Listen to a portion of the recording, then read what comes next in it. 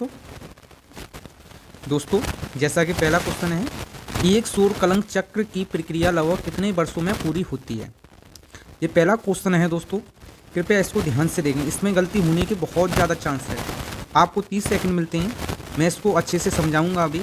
जैसे पहला है 10 सेकंड, 10 वर्ष है, अगला 11 वर्ष है, अगला 12 वर्ष है, अगला 13 वर्ष है। आपको 30 सेकंड मिलते हैं इस क्वेश्चन के लिए। आप इसमें अपना जो नसीब है उसको आजमाएं। और दोस्तों, चैनल को सब्सक्राइब कर लें, बेल आइकन को दबा लें, जिससे कि आपको समय समय पर नोटिफिकेशन मिलता रहे। दोस्तों चलिए चलते हैं। इसका जो आंसर है, इसका आंसर है 11 वर्ष। अब आपको बता दूं, मान लो ये सन है, यानी सूर्य कलंक होते क्या हैं, सन स्पॉट यानी कलंक। जैसे किसी पे कलंक लग जाता है, ऐसे ही सूरज पे भी एक कलंक लगा है। उस पर कलंक एक नहीं, बहुत सारे कलंक लगे हुए हैं। ये है, कलंकों से घिरा हुआ है। ये होते हैं कलंक। कलंक पे क्या होता है, जो पूरी सतह से जो टेम्परेचर निकलता है, यानी रेडिएशन निकलती हैं सूर्य से, जो कलंक होता है वहाँ से कम निकलने लगती हैं। यहाँ यानी यहाँ से टेम्परेचर तो कम निकलेगा, नहीं, यहाँ से जो बगल का है और पास का हिस्सा, वहाँ से ज़्यादा निकलेगा। ज़्यादा निकलने की वजह से क्या होता है, पृथ्वी पर टेम्परेचर बढ़ जाता है, क्योंकि सूर्य की जो रोशनी है पृथ्वी पर आती है, तो इस वजह से जो पृथ्वी है, पृथ्वी का टेम्परेचर बढ़ जाता है। इसी वजह से जो ग्लोबल वार्मिंग हो रही है, उसका एक कारण ये भी है। चलिए क्वेश्चन अगले पर चलते हैं दोस्तों। बुध ग्रह के संबंध में निम्नलिखित में से कौन सा कथन सत्य नहीं है। कौन सा दोस्तों? सबसे पहले तो दोस्तों, कोई भी क्वेश्चन करें तो उसमें देखें ये कथन सत्य पूछ रहा है कि असत्य पूछ रहा है, ये आपको पता होना ही चाहिए क्वेश्चन हल करने से पहले, नहीं तो आपका क्वेश्चन हल करने का कोई मतलब नहीं है। पहला ऑप्शन है, यह सौर, जो बुध ग्रह के बारे में हो रही बात, किसके बारे में? बुध ग्रह के बारे में। यह सौरमंडल का सबसे छोटा ग्रह है, नंबर 1। नंबर 2, पृथ्वी के निकटतम ग्रह है, दूसरा। तीसरा है, सूर्य की परिक्रमा 88 दिनों में पूरी कर लेता है। ठीक है साहब।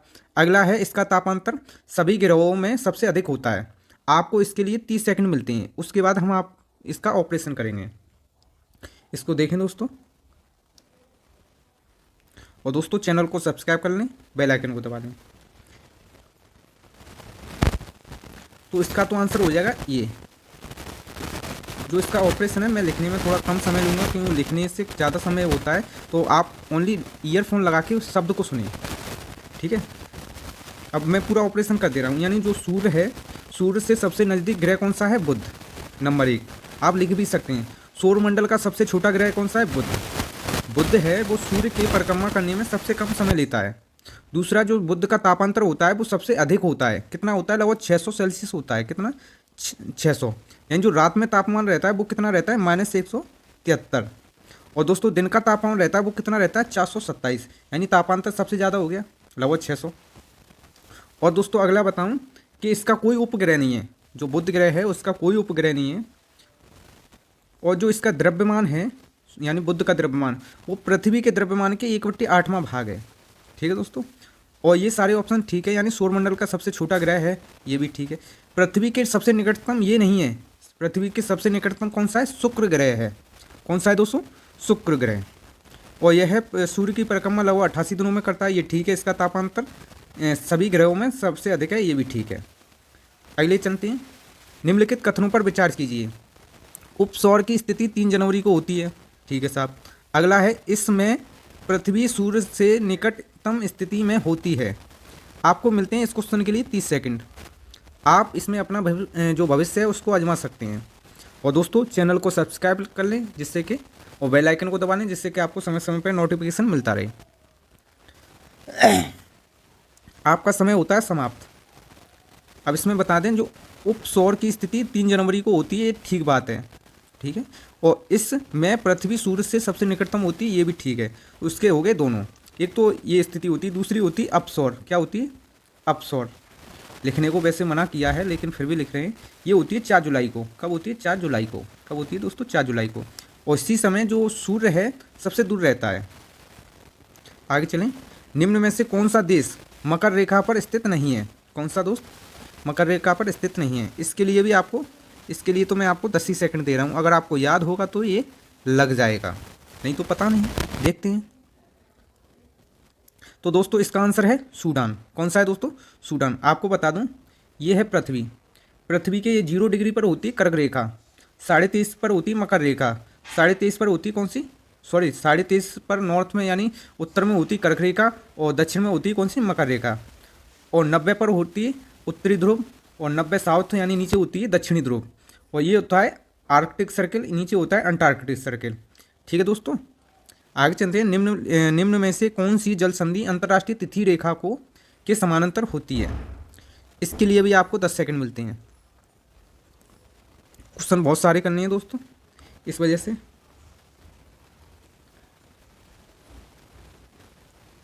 दोस्तों चैनल को सब्सक्राइब कर लें, बेल आइकन को दबा लें, जिससे कि आपको समय समय पर नोटिफिकेशन मिलता रहे। तो इसका तो आंसर हो जाएगा बेरिंग जल संधि। अब आप थोड़ा सुनिए, ये है 180 डिग्री देशांतर। कितनी है? 180। कितना है दोस्तों?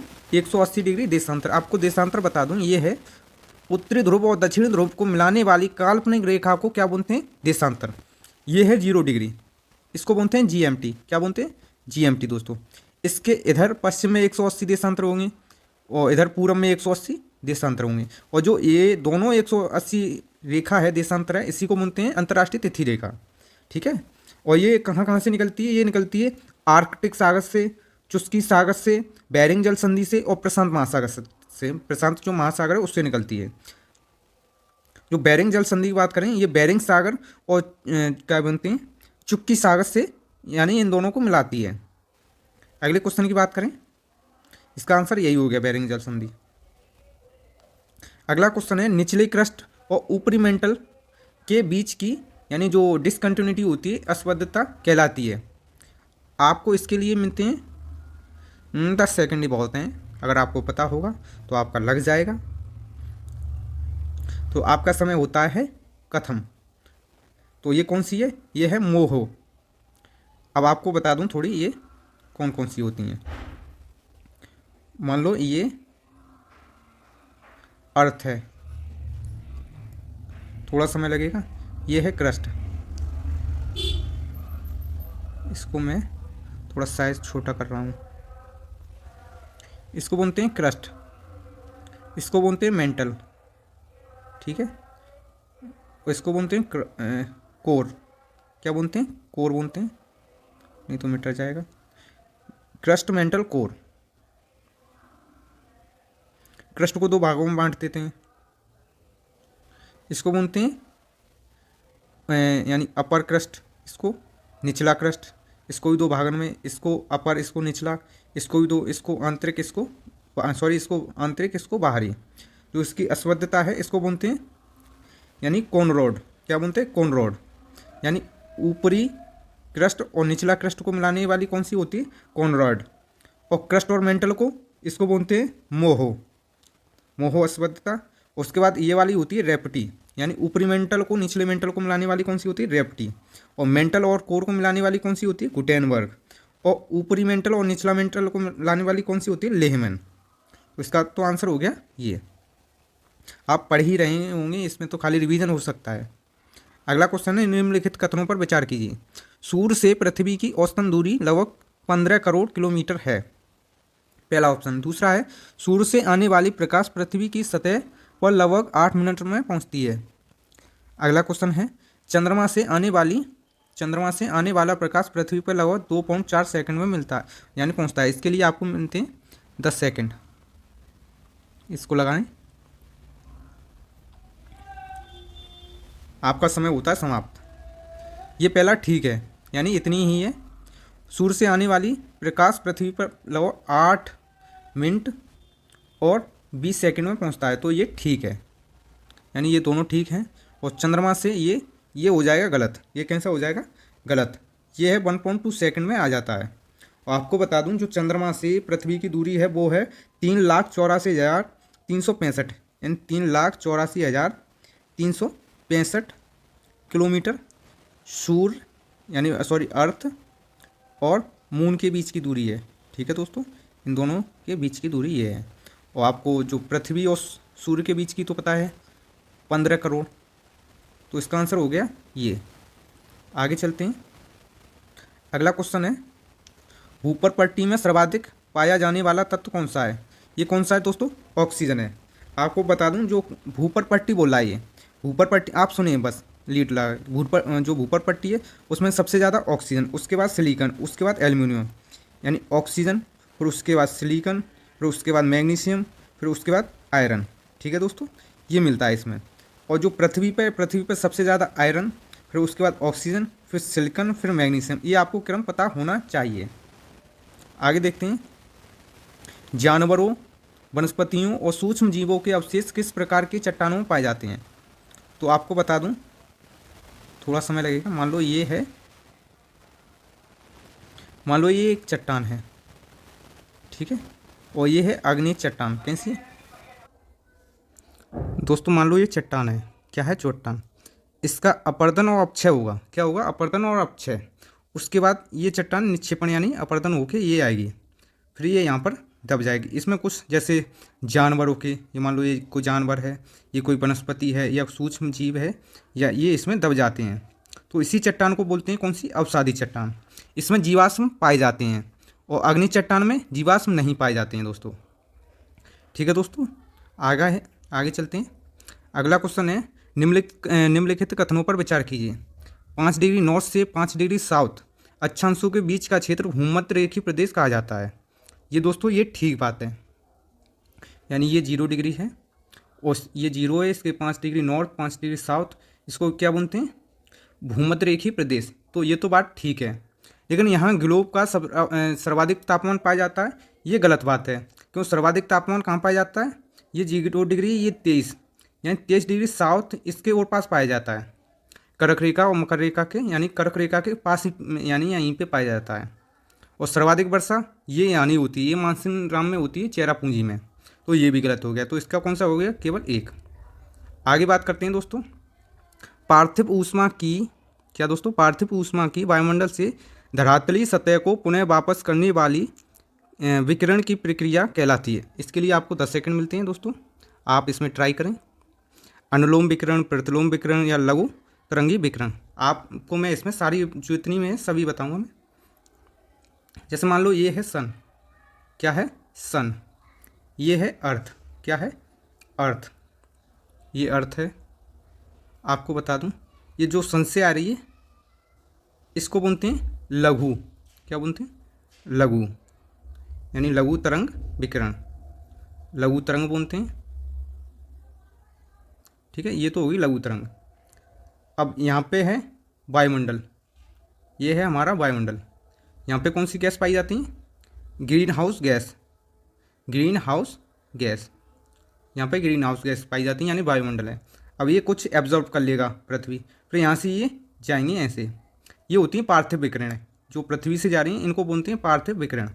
अब इनको कर लेगा, ये सोख लेगा, कौन? वायुमंडल हमारा, इनको यानी सोख लेगा या रोक लेगा, फिर इसको दोबारा जब वापस करेगा इसको बोलते हैं प्रतिलोम विकिरण। क्या बोलते हैं? प्रतिलोम विकिरण। तो इसका आंसर कौन सा हो गया? प्रतिलोम विकिरण। अगला क्वेश्चन है दोस्तों, अगला है, निम्नलिखित में से कौन सी सतह अधिकतम एल्बिडो उत्पन्न करती है? क्या दोस्तों? एल्बिडो।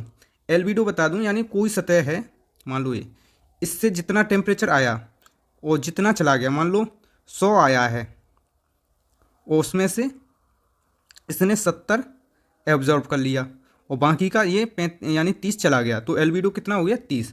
यानी परावर्तन जितना करता है वही क्या हो गया? एल्बिडो। अभी कह रहा है सर्वाधिक यानी अधिकतम एल्बिडो किसका है? वो है इसका, यानी हिम का, बर्फ़ का। और दोस्तों जो पृथ्वी का एल्बिडो है वो है 30 से 35 एवरेज, ये पृथ्वी का एल्बिडो है। अगर आप हीट बजट पढ़ेंगे उसमें देखेंगे। अगला क्वेश्चन है, निम्नलिखित में से किस क्षेत्र की आर्द्रता सर्वाधिक होती है? आर्द्रता ये कहाँ की होती है? भूमध्य रेखी। यहाँ पे टेम्परेचर भी ज़्यादा रहता है और जो आर्द्रता है, ह्यूमिडिटी, वो भी ज़्यादा रहती है और रेनफॉल भी ज़्यादा रहता है। ये तो होगी यहाँ की कंडीशन। अगला क्वेश्चन है, भूमध्य रेखी वर्षा पेटी के बारे में निम्नलिखित में से कौन सा कथन सत्य नहीं है? ये आपको अक्सर करके देखना है दोस्तों, भूमध्य रेखी पेटी पर। इसका विस्तार भूमध्य रेखा के दोनों ओर 10 डिग्री रेखाओं के बीच होता है, ये ठीक है। यहाँ केवल संवहनीय वर्षा होती है। संवहनीय वर्षा तो होती है, लेकिन केवल संवहनीय वर्षा ये गलत हो जाएगा। जहाँ पे भी अगर आप यूपीएससी का दे रहे हैं या आप किसी भी स्टेट पीसीएस का दे रहे हैं और उसमें जहाँ पे भी केवल दिख जाए तो वो ऑप्शन आप हटा दीजिए, वो लगभग 90% गलत ही होगा। केवल का मतलब है यहाँ पर केवल संवहनीय वर्षा होती है, ये गलत हो गया, क्योंकि यहाँ पर संवहनीय वर्षा के साथ साथ परवर्ती वर्षा भी होती है, लेकिन सर्वाधिक बोलता है यहाँ, सर्वाधिक कौन सी? संवहनीय वर्षा ही होती है। और यहाँ वर्षा की मात्रा ये ठीक है। और यह प्रदेश आई टी सी जेड के अंतर्गत आता है, ये भी ठीक है। तो इसका आंसर ये हो गया। आगे चलते हैं। इटली की जलवायु को निम्नलिखित में से किस वर्गीकरण के अंतर्गत रखा गया है? आपको इसके लिए मिलते हैं मान लो 30 सेकंड, इसको हल करने की कोशिश करें दोस्तों। इसका आंसर है भूमध्य सागरी। कौन सी दोस्तों? भूमध्य सागरी। जो भूमध्य सागरी जलवायु है ये 30 से 45 डिग्री अक्षांश के बीच में पाई जाती है उत्तर में। इसमें जो तापांतर होता है, तापांतर 10 से 15 सेल्सियस तक होता है। ये एक तरह से शीतकालीन वर्षा, यानी यहाँ पे कौन सी होती है? शीत ऋतु में होती है, शीतकालीन यानी सर्दियों में। आगे चलते हैं। पूर्वी ऑस्ट्रेलियाई धारा निम्न में से किस महासागर से संबंधित है? इसके लिए आपको 10 सेकंड मिलते हैं।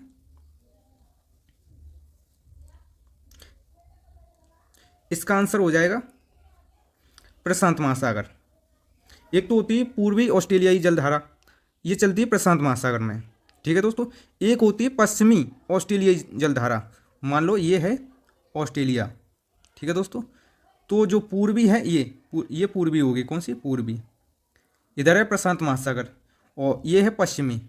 इधर कौन सा है? हिंद महासागर, ठीक है दोस्तों। और कभी भी अगर पूर्वी की जगह पश्चिमी पूछेगा तो कौन सा लगा देंगे? हिंद महासागर।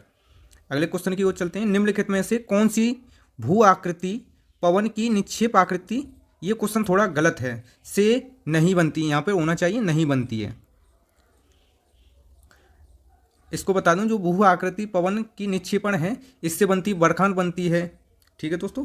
बरखान बनती है, लोयस बनती है और बजादा बनती है और बालुका बनती है, ठीक है। ये तीनों इसी से बनती हैं। जो ये आंसर तो इसका ये है, नहीं बनती है तो कौन सी नहीं बनती? ड्रमलिन। ये किससे बनती? हिमनद से। किससे बनती है दोस्तों? हिमनद से। ये बनती है हिमनद से, आपको बता दूं किससे? हिमनद से। आगे चलते हैं। काष्ठ स्थलाकृतियों का निर्माण होता है, इसके लिए आपको 10 सेकंड मिलते हैं दोस्तों। इसका आंसर है ये भूमिगत जल। दोस्तों चैनल को सब्सक्राइब कर लें जिससे कि, और बेल आइकन को दबा लें जिससे कि आपको समय समय पर नोटिफिकेशन मिलता रहे। इसमें बता दूं, जो पृथ्वी के, मान लो ये पृथ्वी के जो अंदर चट्टानें पाई जाती हैं और जिन चट्टानों के दरारों में क्या एक तरह से पानी भरा होता है जिसको भूमिगत जल बोलते हैं, जो नीचे पृथ्वी के अंदर जो जल होता है उसको भूमिगत जल बोलते हैं, वो चट्टानों की दरारों में होता है। उन चट्टानों की दरारों का जो एक तरह से उनसे निक्षेपण से जो भी स्थलाकृति बनती है उसको क्या बोलते हैं? काष्ठ। तो इसका आंसर ये हो गया। अगला क्वेश्चन है, जब नदियां अपरदन प्रक्रिया के द्वारा अपने आधार तल को प्राप्त कर लेती हैं तो वे किस प्रकार के मैदान का निर्माण करती हैं? इसके लिए आपको 10 सेकंड का समय मिलता है दोस्तों। इसका आंसर है समप्राय का मैदान। किसका? समप्राय का मैदान। तो दोस्तों इसका आंसर क्या होगा? समप्राय मैदान। आपको बता दूं, जो अरावली का मैदान है वो इसी का उदाहरण है, और जो दक्षिण भारत की नदियाँ हैं उन्होंने अपना आधार तल प्राप्त कर लिया है। अगला क्वेश्चन है, ज्वालामुखी के संबंध में निम्न कथनों पर विचार कीजिए। लावा में सिलिका, पहला ऑप्शन है लावा में सिलिका की मात्रा कम होने पर उद्गार प्राय शांत रहता है, ये कैसा है? ठीक है बात। अगला है, हवाईयन तुल्य ज्वालामुखी सर्वाधिक विनाशकारी होते हैं।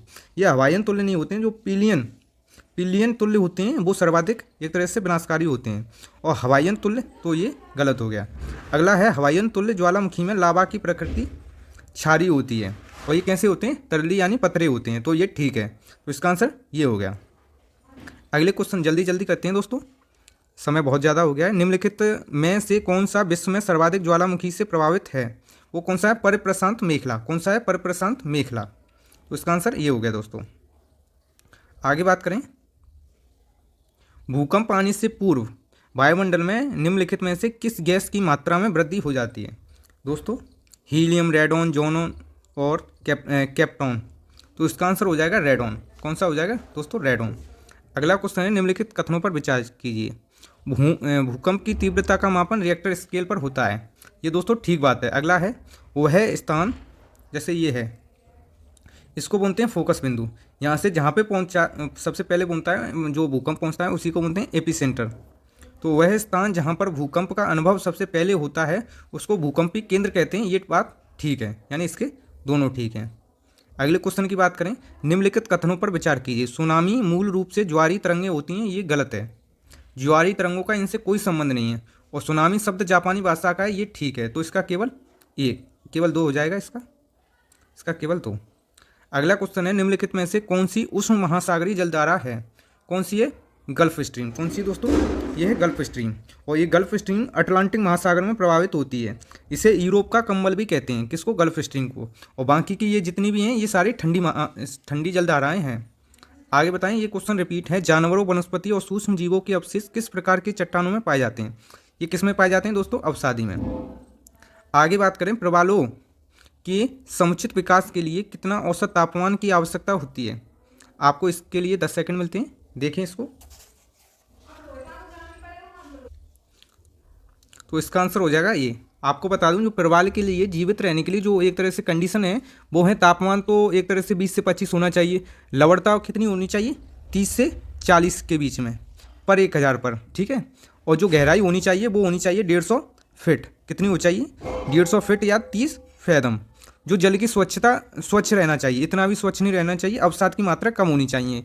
और समुद्री चबूतरे पर बनते हैं, ठीक है। अगले क्वेश्चन पर चलते हैं। इसमें बताने को तो बहुत कुछ है, प्रवाल, यूजेंथले, और चलिए बताएंगे फिर आएगा क्वेश्चन। तो विषुवत रेखा से ध्रुवों की तरफ जाने पर महासागरीय जल का औसत तापमान कमी आती है दोस्तों। इसमें भी कोई सोचने की बात नहीं है।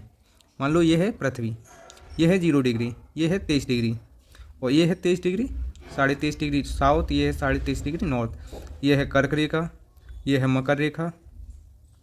जो सूरज है ये सन है, सन की रेडिएशन इन्हीं के बीच में रहती है, ठीक है। तो टेम्परेचर इधर से इधर जाएंगे तो कैसा? कम होता जाएगा। आगे, निम्नलिखित में से कौन सा सर्वाधिक ऊंचाई पर पाए जाने वाले मेघ हैं? तो इसका दोस्तों ये हैं पश्चिम मेघ। कौन से हैं? पश्चिम मेघ। अगला क्वेश्चन है, उत्तरी गोलार्ध में ध्रुवीय पवनों की दिशा, जो ध्रुवीय पवन हैं इनकी दिशा। अब आपको बता दूं, ये है 0 डिग्री, ये है 23.5 डिग्री, ये है आर्कटिक सर्कल, ये है 23.5 डिग्री, ये है आर्कटिक सर्कल। तो इधर तो ये ऐसे चलती हैं, ऐसे 0 डिग्री की ओर। कैसे? ऐसे, ऐसे ये दिशा है, ये ऐसे चलती हैं, और ये ध्रुवों से ऐसे, ठीक है। और जो ये वाली है तो आपको देखो, ये वाली दिशा, तो ये है उत्तर, ये है दक्षिण, ये है पूरब, ये है पश्चिम। तो उत्तर पूरब, उत्तर पूरब से दक्षिण पश्चिम की ओर। तो इसका आंसर ये हो गया। इसको डिटेल में बताएंगे, किसी दिन क्लास करेंगे। तो अगला है, महासागरीय जल की सतह का औसत तापांतर 10 सेल्सियस या उससे कम होता है। ये ठीक है, कम इस वजह से 10 से कम बोला है। सागरीय जल का उच्चतम वार्षिक तापमान जून में और न्यूनतम तापमान दिसंबर में। ये गलत हो गया, क्यों? सर्वाधिक तापमान कब रहता है? अगस्त में। कब होता है दोस्तों? अगस्त में। और न्यूनतम कब होता है? फरवरी में। सर्वाधिक उच्चतम अगस्त में, न्यूनतम फरवरी में। तो इसका आंसर केवल एक। अगले क्वेश्चन की बात करें, किस महासागर की औसत लवणता सर्वाधिक होती है? तो किसकी होती है? 10 सेकंड मिलते हैं आपको। तो इसका आंसर हो जाएगा कौन सा? Arctic, Atlantic, sorry. अगला है, महासागरीय जल की लवणता यानी सैलिनिटी। महासागरीय जल की लवणता मुख्यतः पृथ्वी का स्रोत है। ये ठीक है, मुख्य स्रोत पृथ्वी, ये भी ठीक है। जिस स्थान या जिस जगह पर तापक्रम अधिक रहता है और बाष्पीकरण अधिक होता है वहाँ पर जल जो लवणता अधिक होती है। ये भी ठीक है। नदियों के मुहाने वाले भागों में लवणता कम पाई जाती है। तो दोस्तों ये भी ठीक है। तो इसके तीनों हो गए। जो नदियों के मुहाने वाले होते हैं वहाँ पे लवणता तो आती है, लेकिन लवणता के साथ स्वच्छ पानी भी आता है, इस वजह से वहाँ पे मुहाने पर कैसी लवणता कम हो जाती है। अगले क्वेश्चन की बात करें दोस्तों, अगला है दोस्तों, सूर्य की बाहर सतह से निकलने वाली ऊर्जा को क्या कहते हैं? फोटोन। इसका आंसर फोटोन हो गया। दोस्तों लीड को लगा लें। अगला क्वेश्चन है, महासागरीय जल का वह सीमा परत जहाँ तापमान तीव्र गिरावट आती है, तो वो कौन सा होता है? थर्मोक्लाइन। दोस्तों कौन सा होता है? थर्मोक्लाइन। थर्मोक्लाइन से जो टेम्परेचर है वो सर्वाधिक तीव्र गिरता है। आगे बताएं, पृथ्वी के पृष्ठ पर प्राप्त होने वाली ऊर्जा का अधिकतम अंश किस रूप में होता है? आपको मैंने ये बताया था, ये सन है और ये पृथ्वी है, अर्थ है, सॉरी, ये अर्थ है। ये सन से आती हैं लघु तरंग, तो इससे सबसे ज़्यादा प्राप्त होता है। तो इसका आंसर ये हो गया। आगे बात करें, निम्नलिखित कथनों में से कौन सा असत्य है? महासागरों का उच्चतम तापमान सदैव उनकी ऊपरी सतह पर होता है। ये भी ठीक है। सामान्यतः गहराई के साथ साथ तापमान में कमी आती है। ये भी ठीक है। सामान्य रूप में सागरीय लवणता को प्रति हजार, ये भी ठीक है, प्रति 1000 ग्राम जल में स्थित लवण की मात्रा के रूप में दर्शाया जाता है। समुद्र का क्वथनांक सामान्य जल से निम्न रहता है। ये निम्न नहीं, उच्च रहता है। कैसा रहता है, उच्च। तो ये आंसर गलत हो गया, ये भी ठीक है, यही ठीक है। आगे बात करें, ग्लोब पर वायुदाब पेटियाँ कितनी होती हैं, 7 होती हैं। आपको बताया था, एक ये और ये ध्रुवी होती है, ध्रुवी होगी, उपध्रुवी होगी, उपोष्ण होगी और विषुवत-रेखी। ऐसे 3 इधर होती हैं, उपोष्ण और उपध्रुवी और ध्रुवी। तो ऐसे कितनी होगी, 7। आगे चलते हैं, अगला क्वेश्चन है 39। इसमें असत्य देखना है। फेरल ने हवाओं की दिशा संबंधी अपने मत का प्रतिपादन कोरियोलिस बल के आधार पर किया था, ये ठीक है। जिस दिशा में हवाएं प्राय बरस पर चलती हैं उन्हें स्थानीय पवनें कहा जाता है, ये भी ठीक है, ये ठीक है। पवन उच्च वायुदाब क्षेत्रों से निम्न वायुदाब क्षेत्रों की तरफ चलती हैं, ये भी ठीक है। अगला है, फेरल के नियम के अनुसार धरातल पर स्वतंत्र रूप से चलने वाली सभी हवाएं पृथ्वी की गति के कारण उत्तरी गोलार्ध में, ये पृथ्वी है, उत्तरी गोलार्ध में राइट साइड और दक्षिणी गोलार्ध में लेफ्ट साइड। तो इसका आंसर ये गलत हो गया, इसका है ये। आगे चलते हैं, अगला क्वेश्चन है, किन हवाओं के कारण तटीय भागों की जलवायु पर समकारी प्रभाव पड़ता है। 10 सेकेंड है आपको, देखिए इसको। इसका है स्थल समीर। कौन सा है दोस्तों, स्थल समीर। आगे देखते हैं, सुमेलित नहीं है पवने क्षेत्र, जैसे सिरको कहाँ पर है, गिनी, और बिली ऑस्ट्रेलिया में, फोन स्विट्जरलैंड में, और विलजार्ड कनाडा में। तो इसका आंसर हो जाएगा सिरको कहाँ पर है, ये भूमध्य सागर से, ठीक है दोस्तों, इसका आंसर ये हो गया। जब सिरको चलती है तो भूमध्य सागर से गुजरती है और नमी धारण कर लेती है, और इसमें बालू के, जो लाल रेत के बालू की मात्रा अधिक होती है दोस्तों। इसका आंसर यही हो गया। आगे बात करें, वायु के जिस तापमान पर जल अपनी गैसीय अवस्था से तरल या ठोस अवस्था में परिवर्तित हो जाता है, उसे क्या कहते हैं, उसे बोलते हैं ओसांक बिंदु। आगे बात करें, निम्नलिखित में से किस क्षेत्र पर पूरे वर्ष बाहर वर्षा होती है। तो वो कौन सा है दोस्तों, भूमध्य सागरीय। यहाँ पर वर्ष भर वर्षा होती है, और समशीतोष्ण यानी जैसे चीन में भी होती है वर्ष भर। आगे चलते हैं, चीन तुल्य में किस प्रकार के मेघ के कारण आकाश दूधिया रंग का दिखाई देता है। वो कौन से हैं, पच्छाव स्तरीय। कौन सा है दोस्तों, पच्छाव स्तरीय। ये पच्छाव स्तरीय के कारण आकाश दूधिया रंग का हो जाता है, और महीन और सफ़ेद रंग की चादर के समान होता है ये। और इसमें बता दूं दोस्तों, एक हॉलो मंडल यानी प्रभाव मंडल का निर्माण होता है। दिन में ये सूर्य के चारों ओर रहते हैं और रात में चंद्रमा के चारों ओर रहते हैं, आभा मंडल। आगे बात करें, कर्क और मकर रेखाओं की मध्य उत्पन्न चक्रवातों को किस नाम से जाना जाता है। उसको उष्णकटिबंधीय। आगे बात करें, रूर प्रदेश किस खनिज के खनन के लिए विश्व प्रसिद्ध है। तो जो रूर प्रदेश है वो किसके लिए प्रसिद्ध है, ये रूर जर्मनी में है, और ये कोयला के लिए प्रसिद्ध है दोस्तों। किसके लिए, कोयला एक अवसादी चट्टान है। इसके उत्पादन में देखें तो सबसे ज़्यादा चीन में होता है कोयले का, चीन नंबर फर्स्ट पे है, फिर उसके बाद भारत है, फिर उसके बाद यूएसए है। ये क्रम है, आपको ये क्रम भी याद रहना चाहिए। और जो कोयले हैं, अगर कार्बन की मात्रा के अनुसार देखे जाए तो एंथ्रेसाइट सबसे बेहतर है, उसके बाद बिटुमिनस आपको बता दूं भारत में सर्वाधिक पाया जाता है दोस्तों। उसके बाद आता है लिग्नाइट, उसके बाद आता है पीट।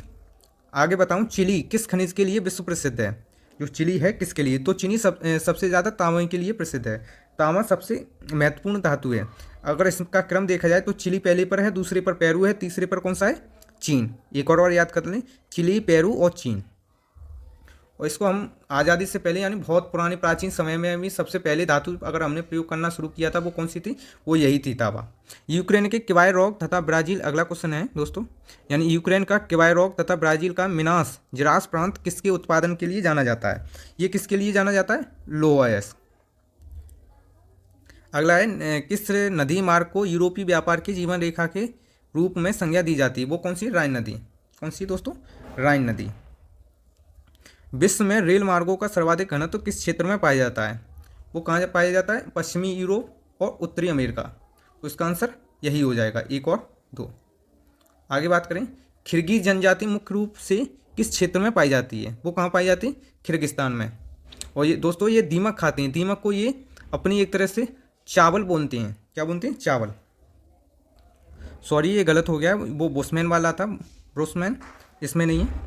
ये एक तरह से जो किर्गिस्तान है यानी किर्गिज जो जनजाति है वो किसके लिए विख्यात है, वो है ऋतु प्रवास के लिए। और इनका जो मुख्य व्यवसाय है वो है पशुपालन। अगला क्वेश्चन है वो इसका था, कालाहारी मरुस्थल क्षेत्र में पाई जाने वाली मुख्य जनजाति कौन सी है, बुशमैन। और बुशमैन को जो दीमक खाते हैं और दीमक को बुशमैन का चावल कहा जाता है। ठीक है दोस्तों। और ये बोत्सवाना, नामीबिया और साउथ अफ्रीका में पाई जाती हैं। कहाँ पे, बोत्सवाना, नामीबिया और साउथ अफ्रीका में। आगे बात करें, जापान का मैनचेस्टर किससे कहा जाता है। ये ओसाका, किसको कहा जाता है? ओसाका को। ओसाका सूती वस्त्र का प्रमुख उत्पादन है, इसी वजह से इसे पूर्व का मैनचेस्टर भी कहा जाता है। किसको? ओसाका को। आगे बात करें, किस शहर को विश्व इस्पात की राजधानी कहा जाता है? ये किसको? यूएसए के पिट्सबर्ग को। ये यूएसए में है इस्पात की राजधानी। आगे बात करें 55, लौह इस्पात के लिए विश्व प्रसिद्ध लॉरेन क्षेत्र किस देश में स्थित है? ये कहाँ पर है? फ्रांस में। कहाँ पर है दोस्तों? फ्रांस में। आगे बात करें, गेहूं की सबसे बड़ी मंडी किस देश में स्थित है? ये कहाँ पर है? यूएसए में। यूएसए का जो शिकागो है वहाँ पे, शिकागो पे यानी जो गेहूं की मंडी, उसके अलावा भी और कुछ है, वहाँ सबसे बड़ा रेलवे जंक्शन भी है, वहाँ विश्व का सबसे बड़ा रेलवे जंक्शन भी है। और सुअर मांस की सबसे बड़ा उत्पादन होता है या सबसे बड़ी मंडी है, और गेहूं की सबसे बड़ी भी मंडी वहीं पर है, शिकागो में, यूएसए में। आगे बात करें, यूएसए का सिलिकॉन वैली कहाँ स्थित है? वो कहाँ पर है? San Francisco. ये इसलिए प्रसिद्ध है क्योंकि यहाँ पर सिलिकॉन की चिप बनाई जाती थी, इस वजह से ये प्रसिद्ध है सिलिकॉन वैली। आगे बात करें, विश्व का लगभग 90% चावल किस क्षेत्र में पाया जाता है? ये कहाँ पाया जाता है? दक्षिण पूर्वी एशिया में। यहाँ पर लगभग 90% चावल पाया जाता है पूरे विश्व का। आगे बात करें, गेहूं, चावल, मूंगफली तथा गन्ने के वैश्विक उत्पादन में द्वितीय स्थान पर कौन है? द्वितीय स्थान पर, तो द्वितीय स्थान पर ये है भारत। आपको बता दूं, गेहूं, चावल और मूंगफली, इसमें तो प्रथम स्थान पर कौन है? इसमें है चीन। और प्रथम गन्ने में कौन है? ब्राज़ील।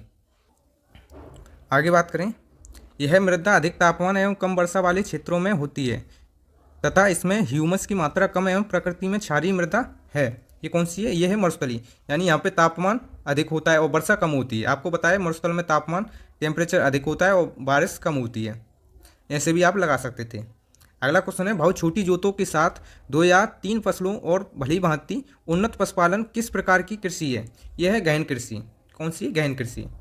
यहाँ पे सबसे ज़्यादा जनसंख्या होती है और छोटे जोत होते हैं, यानी छोटे जो खेत होते हैं, जो खेत का आकार होता है वो बहुत छोटा होता है, वहाँ पे ये वाली कृषि की जाती है, गहन कृषि। आगे है, दक्षिण अमेरिका महाद्वीप का सर्वोच्च शिखर कौन सा है? कौन सा दोस्तों? दक्षिण महाद्वीप का, दक्षिण अमेरिका का। तो दक्षिण अमेरिका का है एंडीज पर्वतमाला पर है, और वो कौन सा है? माउंट एकांगुआ। इसका तो आंसर ये हो गया। ये अर्जेंटीना में है। अगला है, यानी आगे बता दूं, जो उत्तरी अमेरिका है उसमें माउंट मैकिन्ले है, ये अलास्का में। और अफ्रीका में किलिमंजारो, यानी माउंट मैकिन्ले ये कहाँ पर है? उत्तरी अमेरिका में, नॉर्थ अमेरिका में। और ये है अफ्रीका में।